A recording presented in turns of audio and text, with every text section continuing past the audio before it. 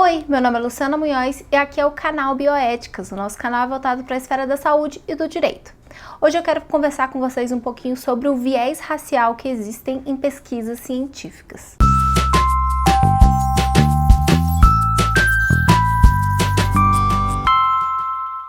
Então, o que aconteceu? Lá nos idos de abril de 2020, John Hollis, um norte-americano que tem 52 anos, ele teve um colega de quarto que pegou o coronavírus. E ele ficou esperando então que a doença o contaminasse, e no caso do amigo dele de quarto, ele teve os reflexos graves da doença. Então ele ficou realmente muito assustado que aquilo ali poderia acontecer com ele.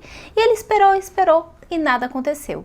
Conversando um dia com um médico na universidade em que ele trabalha, que é a Universidade de George Mason, nos Estados Unidos, no norte da Virgínia, o médico então o chamou para participar de uma pesquisa científica, para ver então qual era a imunidade que ele tinha. E para surpresa do pesquisador, não apenas o George tinha tido a doença, como também ele tinha desenvolvido super anticorpos. O que acontece? A gente precisa lembrar que o coronavírus, ele tem aquelas coroas, né, as espículas. E quando você desenvolve a imunidade contra o coronavírus, você na verdade desenvolve uma proteína que vai colar nessas espículas e vai impedir então que o vírus ele se dissemine pelo seu corpo. E no caso do George, não foi assim que o corpo dele combateu o corona. Na verdade, o corpo dele desenvolveu anticorpos que enfrentam o vírus em diversas formas e eliminam aquele vírus do corpo dele. Então ele desenvolveu esses super anticorpos. E é interessante a gente observar nesse caso especificamente que o caso do Hollis, ele é um norte-americano negro e existe então um viés racial muito grande na pesquisa. Inclusive os cientistas que descobriram isso resolveram trazer à tona esse caso exatamente pelo viés que existe nas pesquisas científicas racial, em que a gente tem pesquisas desenvolvidas na África para a gente ver então o desenvolvimento de medicamentos, e existe um reflexo muito grave sobre isso, que significa que os negros eles não querem participar das pesquisas porque eles ficam com medo de acontecer alguma outra questão ali dentro.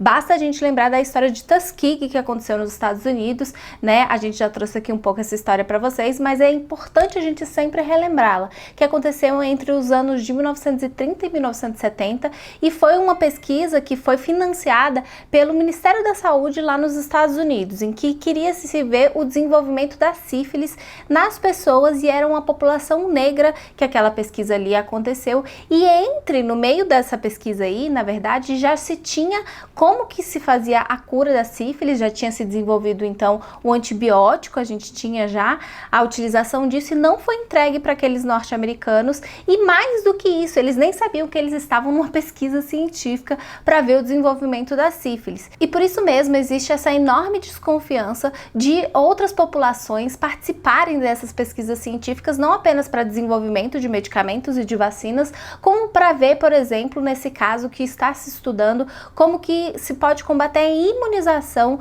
do vírus e que se pode ter descobertas tão grandes como essa, que nesse caso esse americano confiou no médico que estava participando daquela pesquisa, e que seria uma pesquisa ética que aconteceria. Inclusive, muito importante de lembrar de Tuskegee, porque foi logo após a descoberta das barbáries que estavam acontecendo ali nos Estados Unidos que novas normas foram impostas para que as pesquisas com seres humanos acontecessem de forma ética. Inclusive aqui no Brasil a gente sabe que as pesquisas desenvolvidas em seres humanos têm que passar pelo Comitê de Ética em Pesquisa e pela Comissão Nacional de Ética em Pesquisa, para se ver se é adequada aquela pesquisa e se ela pode ser dado um seguimento a ela, né, para ver se está tudo certo ali.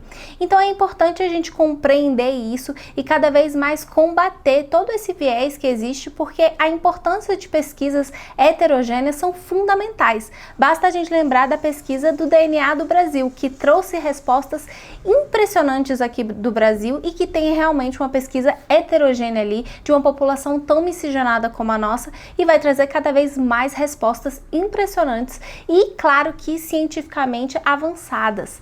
É isso que eu queria trazer para vocês hoje. Eu espero que vocês tenham gostado e deixe aqui nos comentários para eu saber o que vocês acham.